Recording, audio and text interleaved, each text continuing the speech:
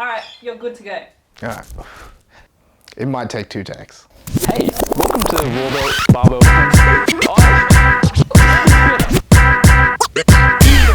Welcome to Raw Barbell Club. This is the Clean Compendium. Today we're going to be going over grip width and front rack position in the clean. First, we're going to put the bar slightly outside of shoulder width in your hands, obviously.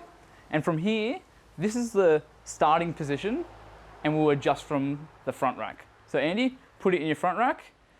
Andy has a pretty good front rack in this position, but what we're going to do is either move in or out, depending on your mobility constraints, and that will determine where you're going to have the bar in your hips. Not there. Back down.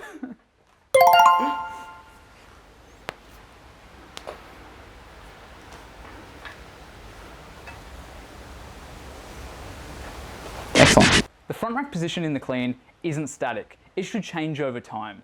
So if you start off with a simple grip slightly outside of shoulder width, that might change to a wider grip over time or closer, depending on your mobility constraints or where you just feel stronger. So you can see that Andy's got his full hand on the bar. That's pretty good. He's been weightlifting a while. If you have to roll into your fingertips to start so you can achieve that position, that's okay. But a full hand width on the bar is something that you want to be striving towards over your weightlifting career. I really hope you enjoyed that first video of our clean compendium. The front rack is a part of the clean that you need to master, but it's okay if you don't have a full hand on the bar yet.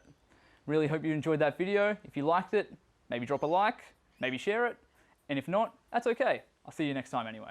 Rooftop party, jump party, bump party, rooftop party, jump party, bump party, rooftop party, jump, rooftop party.